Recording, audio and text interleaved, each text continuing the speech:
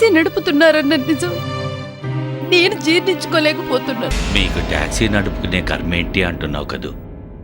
ఆ టాక్సీ నడపబట్టే ఈరోజు నేను మన బిడ్డల్ని చూడగలిగాను.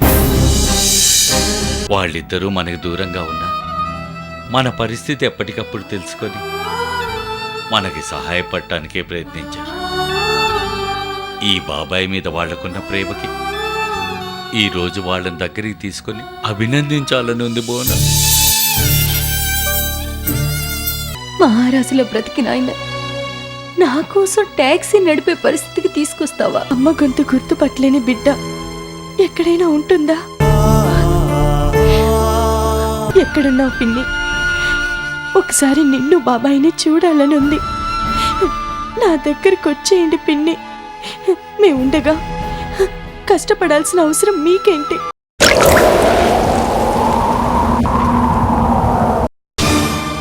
కన్న తల్లిదండ్రుల కోసం తప్పించిపోతోంది. అవును పిన్ని, నాకు ఫోన్ చేసావు సరే, ప్రియకి ఫోన్ చేసావా పిన్ని?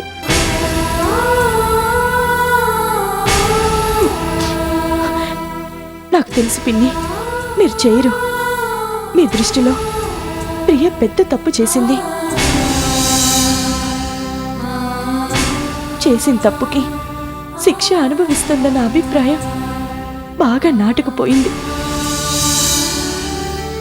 అందుకే అది ఎలా ఉందో ఏంటోనని పట్టించుకోవడం మానేశారు.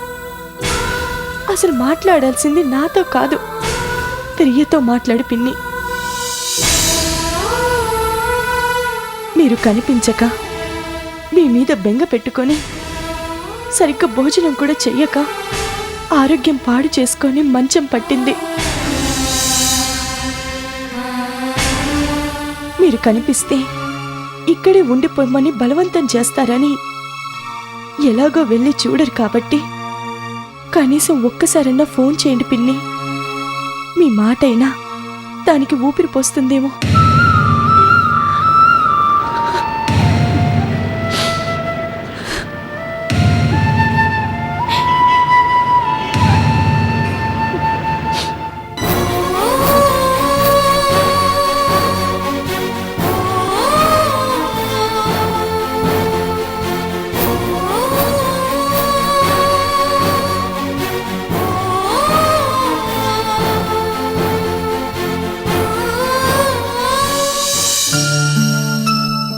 బోనా, భార్గవితో మాట్లాడావా?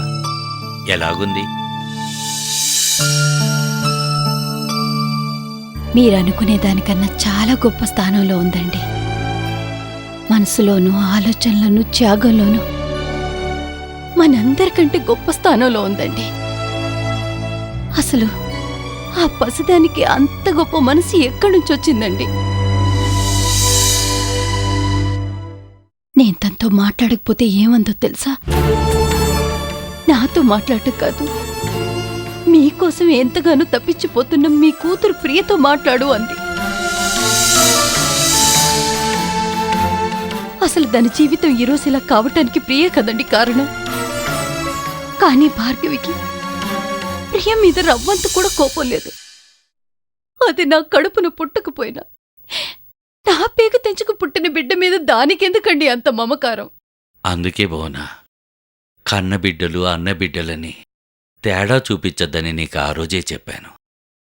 పేగు తెంచుకొని పుడితేనే బిడ్డలవుతారనుకుంటే పొరపాటు బోనా. కొంతమంది పేగు తెంచుకు పుడితే కొంతమంది మనసు పంచుకొని పుడతారు. కన్న బిడ్డల కంటే వాళ్లే ఎక్కువగా మనసును అర్థం చేసుకుంటారు.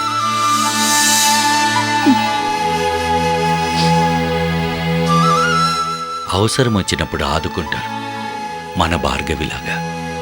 చూశావు కదా, భార్గవి మన కోసం ఎంతలా ఆలోచిస్తుందో, మనల్ని ఆదుకోవాలని ఎంతలా తప్పిస్తుందో. నిజమేనండి, భార్గవి మంచితనాన్ని అర్థం చేసుకోలేకపోయింది.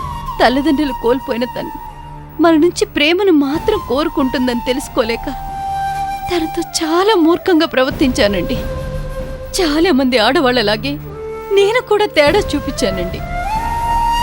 కానీ అవేవీ మనసులో పెట్టుకోకుండా, ఎవరి నుంచి ఎటువంటి ప్రేమను పొందకపోయినా అందర్నీ ప్రేమగా చూడాలనే గొప్ప మనసు దానికి ఎక్కడి నుంచి వచ్చిందండి?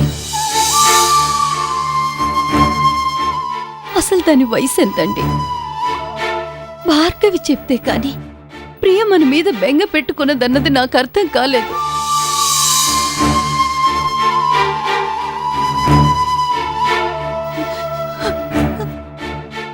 ప్రియ ప్రవర్తన చూసి దాన్ని అసహించుకున్న మాట నిజమే, కానీ అది మన మీద బెంగ పెట్టుకుందని తెలిసిన దగ్గర నుంచి నా మనసంతా దాని మీదే ఉందండి.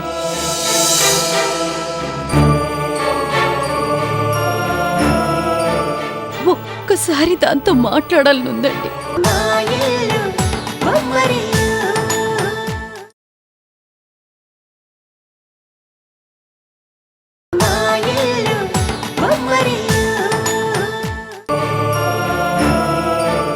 ఒక్కసారి దాంతో మాట్లాడాలనుందండి. ఫోన్ చేసి ఒక్కసారి మాట్లాడతానండి. నీ బిడ్డతో నువ్వు మాట్లాడటానికి నా పర్మిషన్ కావాలా బోనా? వెళ్ళు, వెళ్ళి నువ్వు మాట్లాడు. ఇప్పుడే వెళ్ళి మాట్లాడొస్తానండి.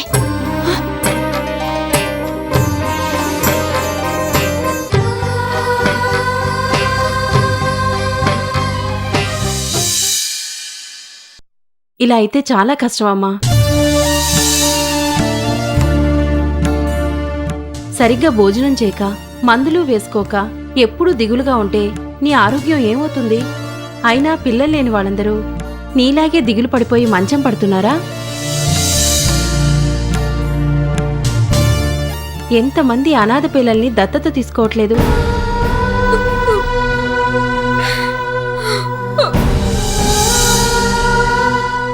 డాక్టర్, నా బాధ ఏంటో మీకు అర్థం కావడం లేదు.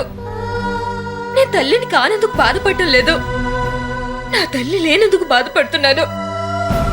నా కన్న తల్లిదండ్రులు నాకు దూరం అయినందుకు బాధపడుతున్నాను. నాకు మా అమ్మా నాన్న కావాలి.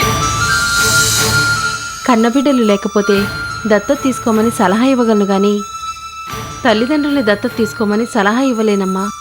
అలాగే కనిపించని నీ తల్లిదండ్రుల్ని వెతికి తీసుకురావడానికి నేను పోలీస్ ఆఫీసర్ని కూడా కాను.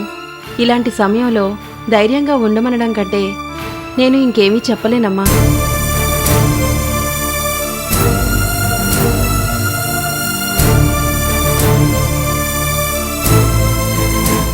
మీరేం చేస్తారో నాకు తెలీదు. తొందరగా వాళ్ళ అమ్మ నన్ను కలిసే ఏర్పాటు చేయండి, లేకపోతే నీ భార్య నీకు దక్కదు.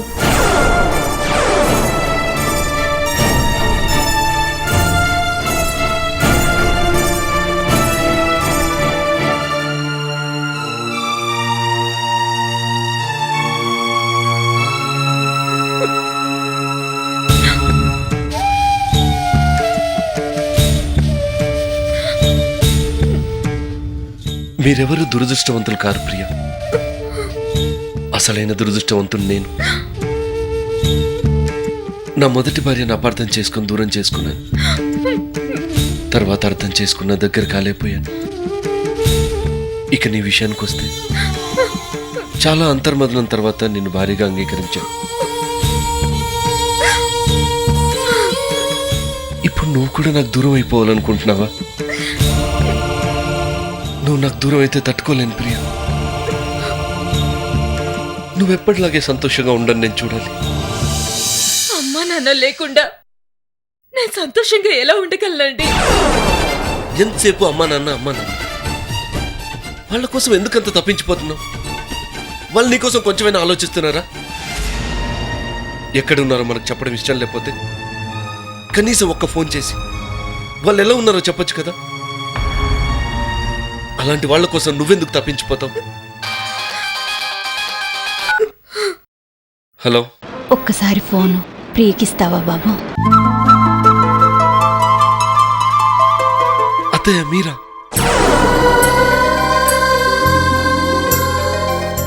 ఇప్పుడే మీ గురించి అనుకుంటున్నా. ఇంతలోనే మీరు ఫోన్ చేశారు. నాకు తెలుసు బాబు, నా బిడ్డ ఇప్పుడు నా గురించి ఆలోచిస్తుందని నాకు తెలుసు.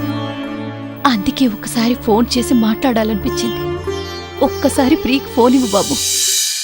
ఇస్తాను అత్తయ్య, కానీ ముందు మీరెక్కడున్నారో చెప్పండి. దయచేసి నువ్వు ఆ విషయం గురించి అడగద్దు బాబు. నువ్వు ఆ విషయం గురించి అడిగితే నేనిప్పుడే ఫోన్ పెట్టేస్తాను. ప్లీజ్ అత్తయ్య, ఫోన్ పెట్టేయద్దు. మీరు కనిపించినప్పటి నుంచి ప్రియ పరిస్థితి ఏం బాలేదు. అనుక్షణం మీ గురించి ఆలోచిస్తాను. మీ మీది బెంగతో తిండి తిప్పలు మానేసింది. తన పరిస్థితి చూస్తే తనకేమవుతుందోనని నాకు భయంగా ఉంది. ప్లీజ్ అత్తయ్య, ఫోన్ పెట్టేయకండి. అమ్మా,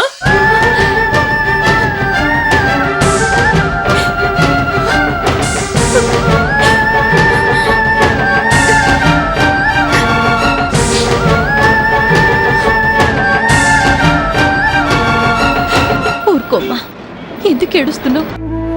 నన్ను వదిలేసి ఎందుకమ్మా వెళ్ళిపోయారు? నువ్వు నాన్న లేకుండా ఉండలేనమ్మా.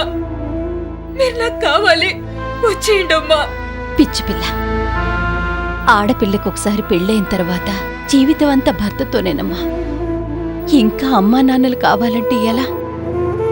అయినా కూతుర్ని దగ్గరుండి చూసుకునే అదృష్టం ఈ తల్లిదండ్రులకు లేదమ్మా. అలా అంటావేంటమ్మా? నేను ఒకసారి చూడాలనుందమ్మా. ఒక్కసారి రామ్మా. చూద్దుగానమ్మా, కానీ ఇప్పుడు కాదు. నేను చచ్చిపోయిన రోజు అమ్మా, కడసారి చూపులకి నిన్ను తీసుకురమ్మని మీ నాన్నగారికి చెప్తాను. అంతవరకు నీ తల్లిదండ్రులున్నారన్న విషయం నువ్వు మర్చిపో.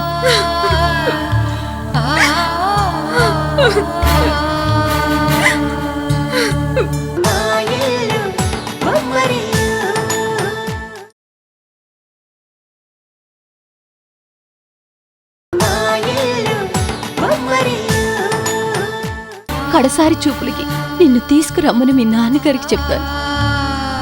అంతవరకు నీ తల్లిదండ్రులున్నారన్న విషయం నువ్వు మర్చిపో.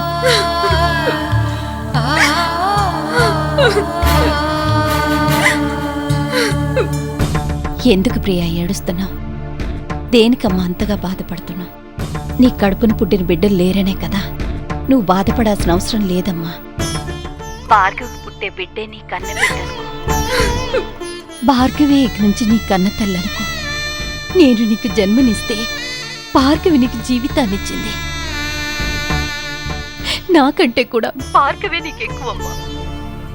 నా మాట వినే మా కోసం ఆలోచించి బాధపడకుండా సంతోషంగా ఉండురా.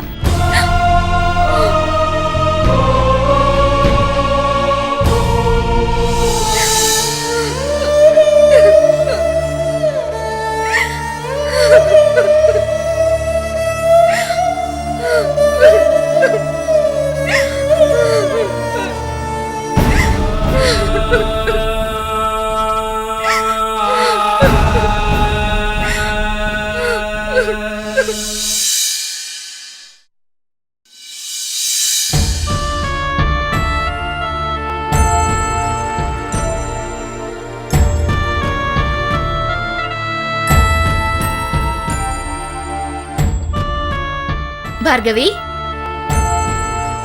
భార్గవి, భార్గవి.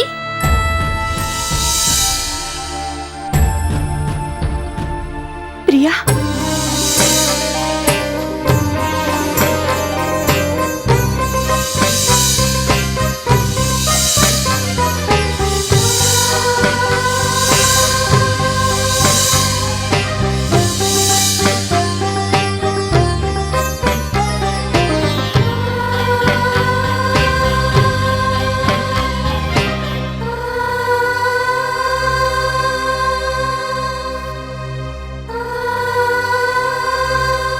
ఎలా ఉన్నావు ప్రియా? బాగున్నావా? నీ ఆరోగ్యం ఎలా ఉంది? బాగానే ఉన్నాను. గుడికెళ్ళొస్తున్నాను. ప్రసాదం తీసుకో భార్గవి. ఏం కోరుకున్నావు? అమ్మా నాన్నలు తిరిగి రావాలనా? ఆ కోరిక కన్న తల్లిదండ్రులే తీర్చలేకపోయారు. ఇక ఆ భగవంతుడేం తీరుస్తాడు భార్గవి. నా కడుపులో ఎలాగో బిడ్డ లేదు. కనీసం నీకైనా మంచి బిడ్డ పుట్టి నాలాంటి నీచ బుద్ధి రాకుండా ఉండాలని కోరుకున్నాను. నీకు మంచి బిడ్డ పుడతాళ్లే. ఎందుకు ప్రియా అలా మాట్లాడతావు? నీ అంత మంచి మనసు ఎవ్వరికీ లేదు. ఇదే మాట అమ్మతో కూడా చెప్పావంట కదా. నువ్వు నా గురించి అమ్మతో చెప్పుండకపోతే అమ్మ నాతో మాట్లాడి ఉండేదే కాదు. నీకు అన్యాయం చేసిన వాళ్ళ గురించి కూడా గొప్పగా చెప్పేంత మంచి మనసు నీకెలా వచ్చింది భార్గవి? ఏంటి ప్రియా, నువ్వింకా ఈ పిచ్చి ఆలోచనల నుంచి బయటికి రాలేదా? ఎందుకు ఎప్పుడు నాకేదో అన్యాయం చేసినట్టు బాధపడిపోతావు? నీకు మళ్ళీ మళ్ళీ చెప్తున్నాను, నేనెలాంటి జీవితాన్నైతే కోరుకున్నానో దాన్నే అనుభవిస్తున్నాను. నాకు నువ్వెలాంటి అన్యాయమూ చేయలేదు. నేనేదో బాధపడతానని నువ్వు అలా అనొద్దు భార్గవి. నేనేం తప్పు చేశానో, నీకెంత పెద్ద అన్యాయం చేశానో నాకు తెలుసు, ఈ లోకం మొత్తానికి తెలుసు. కానీ నువ్వు మాత్రం ఒప్పుకోవడం లేదు. నువ్వు క్షమించినా ఆ భగవంతుడు నన్ను క్షమించలేదు. నా జీవితంతో ఎందుకు ఇలా ఆడుకుంటున్నావని ఆ రోజు నువ్వు ఒక్క చెంపదెబ్బ కొట్టినా బాగుండేదేమో. నువ్వు శిక్షించావు కదా అని ఆ భగవంతుడు నన్ను శిక్షించకుండా వదిలేసి ఉండేవాడేమో భార్గవి.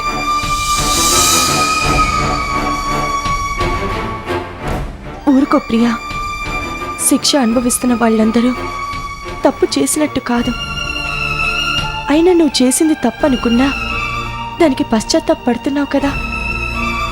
పశ్చాత్తాపానికి మించిన ప్రాయశ్చిత్తం లేదు. ఇదంతా ఎందుకు గాని, నువ్వెలా ఉన్నావు? నీ భర్త నిన్ను బాగా చూసుకుంటున్నారా?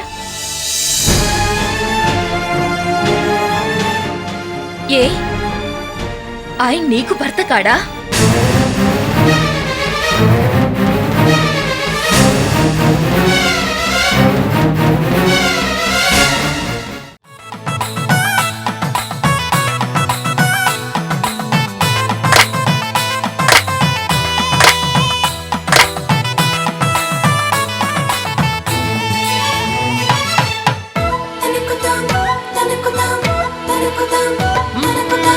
ఎక్కడిదో అల్లరి గాలి సరదాగానే వీచే చిన్నారి కిన్నెరసాని పయనాలేమో చూసి